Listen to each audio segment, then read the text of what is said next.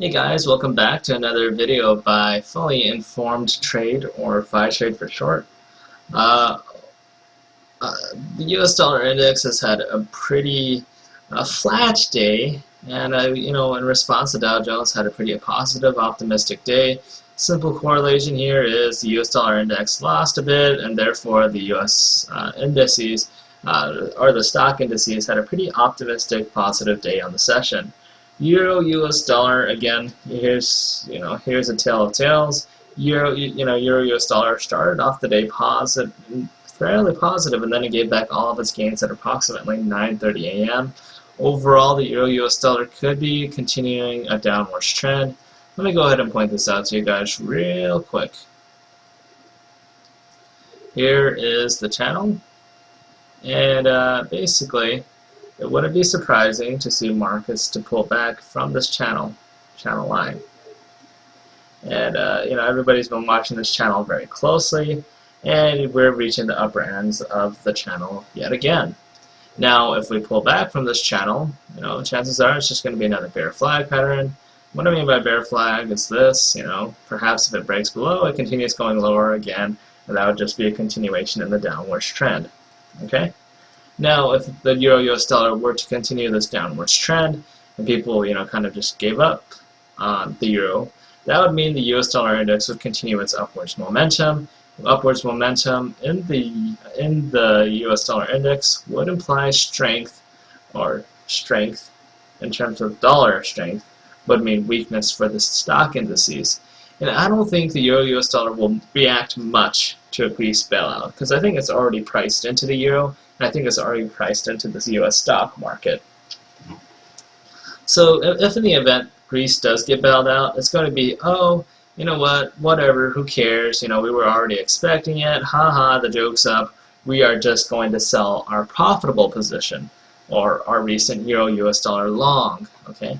Now, it might not lead to short interest, where people start automatically shorting the stock, but I think people will profit take on both the US stock market and the Euro-US dollar trade, which will cause a swift bounce in the US dollar index and perhaps another up move, and perhaps a retest of that 50-day moving average, where it might actually be able to break it, but we'll see if it actually does. Alright? Now, with the Euro-US dollar being in a downward trend and all, again, if it pulls back from this area right here, which it most likely should, I mean, it makes sense logically. Once it does, you're gonna, again, this won't be very good for stocks. And again, going into the weekend, some people on CNBC were saying, well, a lot of people were covering their shorts. I think it was a mix of covering shorts and people selling their profitable positions. Not sure of which, but I don't think there was much of a reaction. I mean, I didn't really liquidate that much. I did reshuffle my short positions a little bit, but if anything, I just held onto my long-term hedges or long-term positions that were positive. Those safe security stocks that are Dow component names. And I do have short positions in the weaker players, and again, that's just kind of a hedge, upside bias on one side of the spectrum and bearish bias towards the opposite spectrum on weaker equities. That's how I would play the markets personally, because we're not exactly certain where people want to take this market, okay? But I still think, markets are going to pull back. They're going to sell the news. Earnings are already over. There's not much new stuff to look forward to. Once Greece announces their bailout, people are going to sell their long positions. If Greece doesn't get bailed out and they go bankrupt, people are going to short the stock market, short the Euro-US dollar, and the people who have pre-existing profits will profit take even more vigorously. And that will cause a really, really major move to the downside, perhaps negative 500 points. But since nobody is expecting that case scenario, what we're left with is Greece getting bailed out.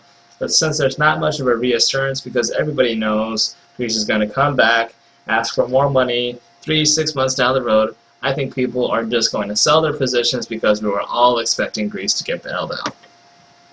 If not, we have a negative 500 point day. Who knows? We'll see what happens on Tuesday. Gold and silver is giving back some of their gains as well. It's kind of consolidating on that 50-day Actually, the 20-day moving average, in and out, in and out, in and out. Again, this kind of just mirrors the dollar index. Dollar index goes up. It's been on an upwards trend for a while. Not really much of a while, but it's been going up for the past 1, 2, 3, 4, 5, 6 sessions. Gave back 2 days worth of gains. But the gold and silver market is very, very sensitive to the U.S. dollar index right now. Any down move is procrastinated with further selling and even selling into the close. That's going to cause it to close negative on the day. I think a lot of people are very cautious with silver and gold right now, especially what happened in 2011 with silver selling off from $50 all the way down to $30 per ounce. I don't think anybody is going to be convinced any slight fluctuation in the U.S. dollar that could possibly be negative will be exacerbated with a lot of extra selling.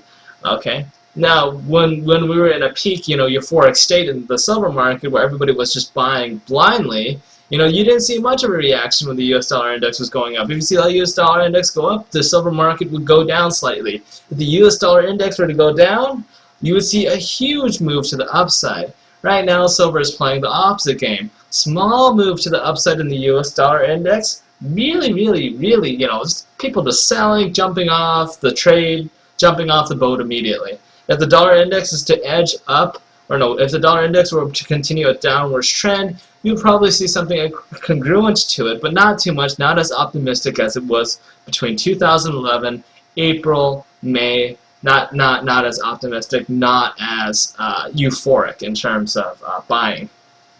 In the silver chart, see, and let me just kind of point this out to you real quick. U.S. dollar index, it's been on a downwards trend or been pulling back ever since the beginning of 2012 all the way till February.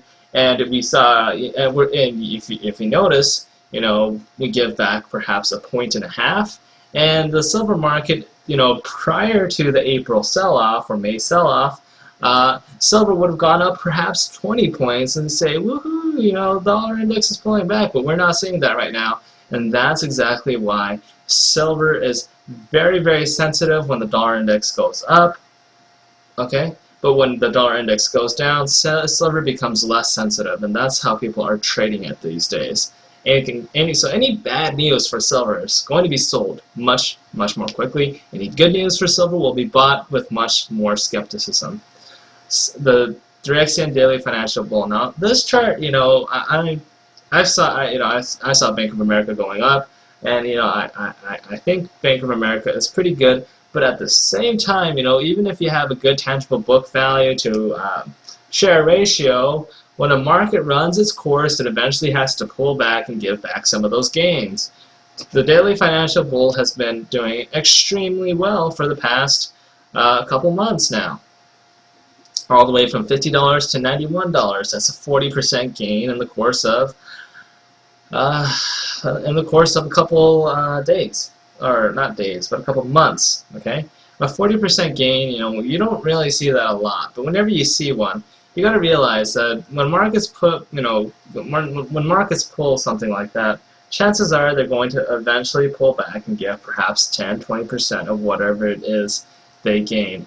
Therefore, I have a small short position on the FAS. However, I wouldn't be surprised if it continued going higher, but I am definitely more bearish than bullish on this chart. Volatility index. Volatility index, it is edging up a little bit. And again, I wish I could overlay the volatility index over the S&P 500. But again, I guess you guys get the point right now. Volatility has been at its all-time lows. Again, we've had too much good news. Something bad has to happen. And I think the volatility index is edging up a little bit and anticipating some sort of negative event, wherever it comes from, some sort of negative event. We saw the Fukushima Daiichi plant, Nikkei 225 fell by approximately 10%, 15-20% in a very short period of time. Stocks pulled back in response to that. Any negative event, it really doesn't matter. There's been too little volatility, and therefore stocks have been too far pressed upwards. Every technical analyst is saying the same exact thing. There's too big of a spread between the volatility index and the S&P 500 indices.